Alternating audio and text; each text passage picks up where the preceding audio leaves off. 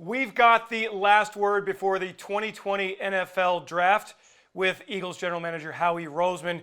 Howie, good day to you. And I'd like to start with your idea of starting a fund to help the COVID-19 recovery. What kind of reaction have you gotten from general managers? The idea here is that everyone contributes to a fund from NFL general managers. Well, Dave, you see what's going on in our community, and it starts with our owner and the generous contributions he's made to our community now twice, and this organization, what they've done, and the people really all around the National Football League, what they've done in this time of need has been incredible. And I think a lot of it stems from realizing how fortunate we are to keep having these conversations and to be working when so many people are dealing with other things. And we have an incredible group of general managers, and as competitive as we will be the next few days in trying to execute whatever we're trying to get done for our football teams, as competitive as we are all in trying to win games and beat each other on the field in the fall, we're also a fraternity. And you see it in how everyone came together to do this and contribute to the Draftathon over the weekend, which will be an incredible event. Kudos to you, Howie, for really understanding how important everything is in this world far beyond the NFL and this 2020 NFL Draft. Now, let's get to the competitive side of things. I know on Monday, the league had a mock draft. How did that go from your standpoint in terms of logistics and communication and all the important things? Yeah, it was different. This is different, Dave. Like, I'm used to sitting with you and giving you a fist bump and hanging and getting and always saying, what did you think? Did you watch that guy after we make a pick? And how excited are you? And so I thought it was a great idea for us to do the mock draft. And we've had a lot of conversations with GMs and talking about how we're going to do trades. And I think everyone's prepared. Everyone's ready to go and understanding that although this will be different, it will be a great distraction for our country and our community. All right, Howie, from a logistics standpoint, you're in your home, Jeffrey is in his home, Doug is in his home, etc. Andy Whitehall, the same thing. Do you anticipate that impacting throughout the league, trades or any kind of moves that might be made? I don't anticipate that, because a lot of the groundwork's already been laid for those kind of conversations, and then it happens on the clock. And really, those conversations are happening on the phone anyway. When we make a trade, last year when we traded with the Baltimore Ravens and move up, we had laid the groundwork prior to the draft, and then we're calling. They're not in the same place we are anyway. So, again, there's no excuses in this process. We've had plenty of time to get our ducks in a row, and there's people dealing with far more stringent situations than we are. Howie, what has it been like? What will it be like for these 7 rounds and the post-draft period by yourself, not surrounded by your group at the NovaCare complex? Well, Dave, I feel like I've been around the draft and in the draft process for a long period of time. I feel like I've gotten all the information at my disposal. My biggest job is to make decisions, is to gather all the information and make decisions. And I say that with full confidence that we'll be able to execute and make decisions. This isn't the first time we've gone through this process together as a group. And, I have no doubt that we'll be able to execute what our plan is to the extent that we would if we were in the NovaCare complex. And obviously, for me, the biggest difference is just having people you care about around, like you and your crew, and having the fun. That's a great part of being involved with a team, is that team aspect. And in terms of an execution process perspective, I don't anticipate any problems. In terms of just missing the camaraderie and the energy that we have when we do this, I think that will be the hardest part of it. All right, Howie, let's get to it. Round 1 is upon us. In general, what kind of feel do you have for picks 1 through 20? The Eagles, of course, sitting at pick number 21. Do you have a sense at this point of how things are going to come off the board? We do as much research as possible. There will always be a surprise. I said this, I think, last week when we talked to the media.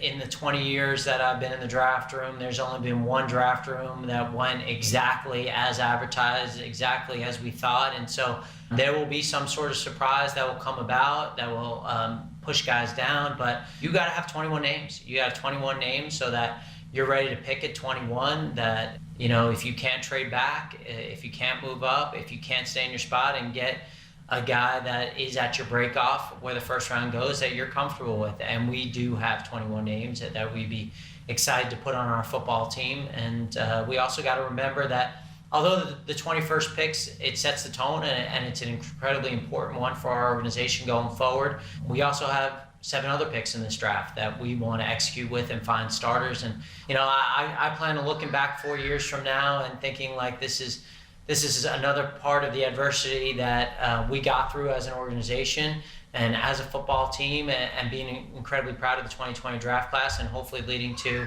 another parade down Broad Street and confetti on our heads again, because that's a good feeling.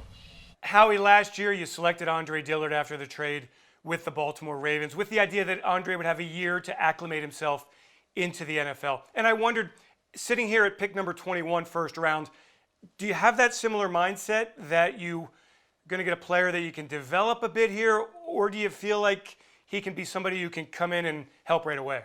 Well, there's 2 parts of it. We were incredibly fortunate that Andre was there and we were able to move up. You just see in all the conversation that you hear around the league about these old linemen and these offensive tackles and how quickly they're going to come off the board. And they're hard to find. And we're excited to have Andre and him to get some experience last year and to now have an off season where he's already acclimated to Philadelphia and gets an opportunity to go showcase his talent and his ability. So. And then you talk about the 21st pick, and I think last year it was a situation that we always talk about, which is that these picks are what's best for the long-term interests of the football team. They're not supposed to be just a short-term pick, but obviously when you pick a guy and he's the backup left tackle because you have a guy like Jason Peters in front of him, it's a unique situation. And with everything going on, we do expect that these guys will have an opportunity to get with our coaches on this virtual training, and we'll try to get them up to speed as quick as possible. But we won't make a pick just based on what they can contribute in 2020, especially with how crazy 2020 has already started. We'll make a pick based on what we think is the best fit for our team as we build the team, Dave. I think for us, it's important that we build the team that also maximizes the skill set of the player that we select, that matches also what we have on the team, and that's what we'll look for. Howie, the offseason to date has been really eventful. I mean, go out and get Darius Slay, you bring in Javon Hargrave, you bring in help for the defense, you retain Nate Sudfeld. Is what has happened to date similar to the blueprint that you all laid out after the loss to the Seahawks in the playoffs and you put everything together? Has it followed the plan, or has it taken some directions that you maybe didn't anticipate? No, it has, and I have a plan that we laid out after we got with our coaching staff and our scouts in February that basically laid out what we were trying to do. And we had anticipated that there may be an opportunity to get a difference maker or two in the free agency or trade market at important positions, and to get Hargrave and really solidify our defensive line, because we're always going to start up front, Dave. This is who we are, and this is what we're going to be. Certainly it's important to me and Coach Peterson and Mr. Lurie as we talk about how we build our team that we're strong up front and that we're able to protect the quarterback and get after the quarterback. And getting a guy like Hargrave who's young and is already a tremendous player, and we see the arrows still pointing up, and then get a guy like Slay who is a Pro Bowl corner and can get you the ball back, and get those difference makers in free agency and in the trade market are hard. And we had anticipated that we would go into the draft and not have a perfect depth chart necessarily, and we were totally comfortable with that and understood that the offseason's long, and just because you don't do something in March doesn't mean you don't do something in April or May or June or July or August or September or October, and that's the kind of the mindset we're taking. We also believe that, I know there's been a lot of focus on the offensive side of the ball and maybe the lack of action on the offensive side of the ball, that we're already starting ahead of the game. And we talk about the receiver position and the offensive line to start. And we played in those last few games and in the playoffs without 2 of the best offensive linemen in the National Football League. When you talk about Brandon Brooks and Lane Johnson, them coming back, those are huge additions to our football team. We think 2 of the best players in the league, and certainly at their positions, and then getting back guys that were hurt at the end of the year, and Deshaun and Alshon. We think those guys are good players. And then you saw some of our young receivers step up. So I think before we even get into the draft, we think just getting those guys back and healthy will be a huge addition to our offense. Howie, I wonder when we're sitting around next week, you and I talking about this draft, what will you consider a success after 3 days of drafting and then that post-draft period? Yeah, getting as many guys that fit our profile, our Eagles mentality as possible.